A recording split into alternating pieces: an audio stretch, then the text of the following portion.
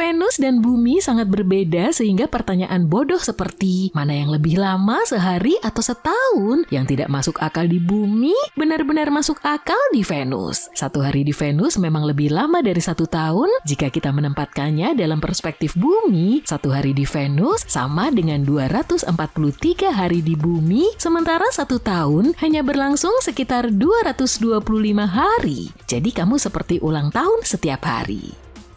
Venus sering dijuluki kembaran jahat Bumi. Perbedaan keduanya sangat mencolok sehingga kamu akan mengira dua planet ini berasal dari galaksi yang berbeda. Sebagai gambaran, jika perbandingan hari ke tahun tidak cukup, matahari terbit di Venus bagian barat dan terbenam di bagian timur. Saat ini salah satu dari sedikit kesamaan di antara keduanya adalah ukurannya. Tapi coba bayangin saat Venus dan Bumi seperti kacang polong bersahabat sejak awal tata surya. Venus dulunya adalah pusat kehidupan. Para ilmuwan NASA menduga Venus mungkin pernah memiliki samudra dengan air yang cair dan suhu permukaan yang bisa mendukung kehidupan hingga 2 miliar tahun. Tapi Venus di masa kini adalah cerita yang berbeda. Kita berbicara tentang suhu yang ekstrem dan atmosfer karbon dioksida yang tebal. Apa yang menyebabkan perubahan kosmik ini? Ukuran, lokasi, dan sikap. Maksudku, jarak dari matahari dan panas internal memainkan peran besar dalam membentuk nasib Venus dan Bumi. Ngomong-ngomong, dulunya ada 3 planet bersaudara yang bisa menjadi tuan rumah bagi kehidupan: Venus, Bumi, dan Mars. Bayangkan 3 buah kue mangkuk di dalam oven. Setelah matang sempurna, kue-kue itu dikeluarkan dari oven. Salah satunya diletakkan di depan jendela yang terbuka di tengah musim dingin. Satu lagi diletakkan dengan hati-hati di atas meja dan ditutupi dengan tisu dapur yang bersih, dan yang terakhir secara tidak sengaja terlupakan dan tertinggal di dalam oven. Mars, Bumi, dan Venus seperti kue mangkuk itu. Mars menjadi terlalu dingin dan tidak ramah, Bumi masih bagus dan hangat, serta terlindungi dengan baik dari semua hal yang tidak menyenangkan, seperti tisu dapur yang melindungi kue mangkuk yang beruntung itu. Dan Venus menjadi sangat panas dan tidak mungkin untuk dikonsumsi. Dalam hal perkembangan, Bumi mengambil rute yang lambat dan stabil, mempertahankan lautan, atmosfer yang stabil, dan keanekaragaman hayati.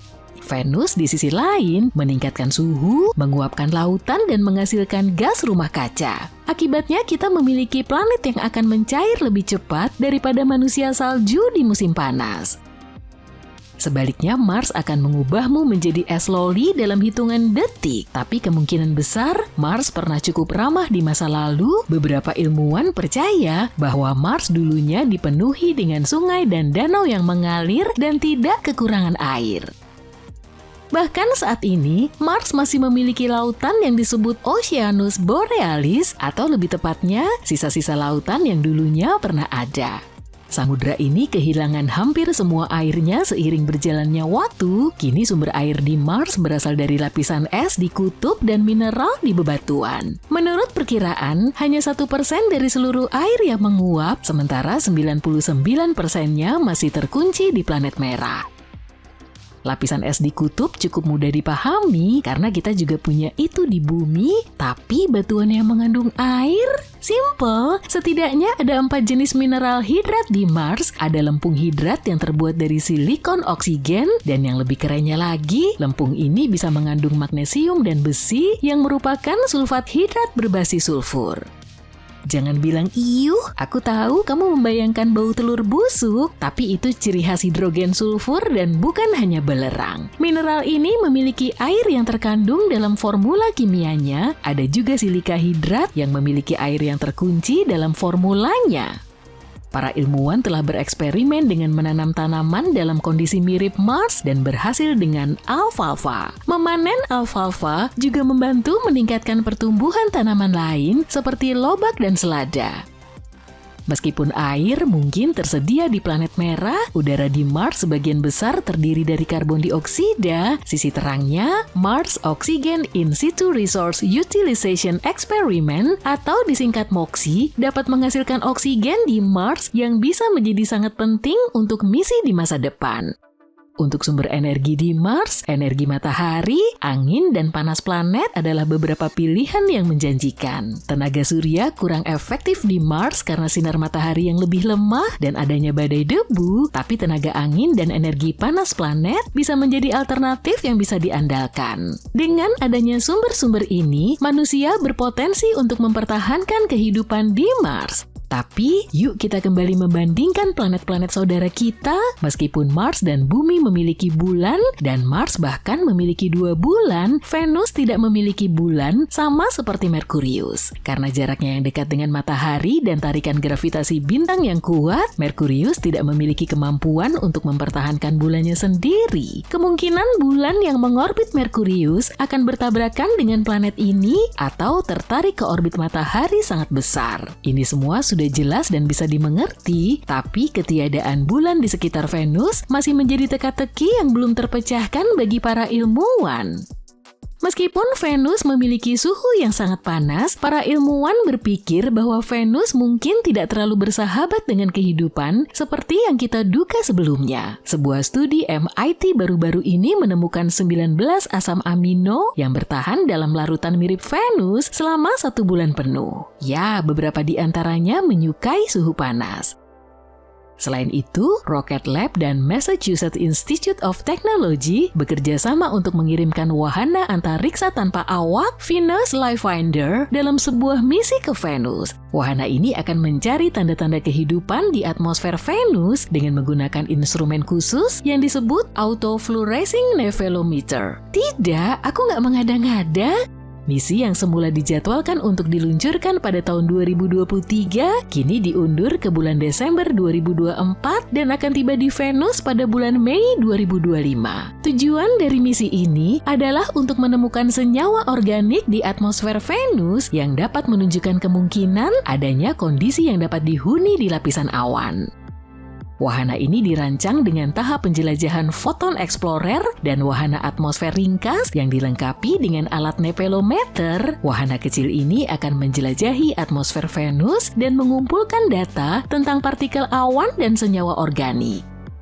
Pada tahun 2020, para ilmuwan membuat pengumuman besar tentang penemuan fosfin di Venus, sebuah senyawa yang dapat dikaitkan dengan kehidupan. Meskipun mereka masih berusaha untuk mengkonfirmasi hal ini dengan menggunakan informasi dari teleskop atau bahkan misi masa lalu, mungkin ada bukti yang tersembunyi dalam data lama NASA yang diterima dari Venus yang dapat menjelaskan penemuan ini. Potensi keberadaan fosfin di Venus telah menimbulkan kegembiraan serta kehati-hatian di antara para ilmuwan. Untuk memastikannya, mereka membutuhkan lebih banyak data dari teleskop atau misi antariksa baru.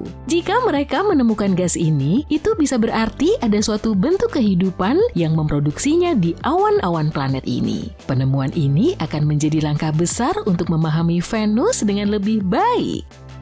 Beberapa ahli berpendapat bahwa mengirimkan wahana ke Venus untuk mendeteksi fosfin secara langsung akan menjadi cara yang paling efektif untuk mengonfirmasi keberadaannya. Sebuah misi NASA pada tahun 80-an mungkin telah mendeteksi fosfin, tapi para ilmuwan saat itu tidak menyadarinya. Sekarang data ini sedang dievaluasi kembali untuk mengungkap bukti yang terlewatkan tentang keberadaan gas tersebut.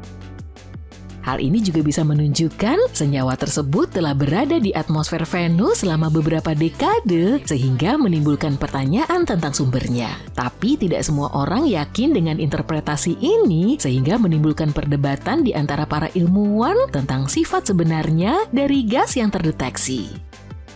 Data lama dari misi lain mungkin juga menyimpan petunjuk tentang fosfin di Venus. Meskipun wahana antariksa baru akan menjelajahi planet ini, ada kemungkinan kunci untuk membuka misteri ini ada pada catatan misi yang sudah berusia puluhan tahun. Secara keseluruhan, sudah ada 46 misi antariksa ke Venus, termasuk beberapa terbang lintas di mana gravitasi memberikan bantuan. Terakhir kali kita berhasil mendaratkan wahana antariksa di Venus adalah pada bulan Juni 1985 sebagai bagian dari misi Vega 2. Yuk kita lihat apa yang akan ditemukan oleh Venus Livefinder.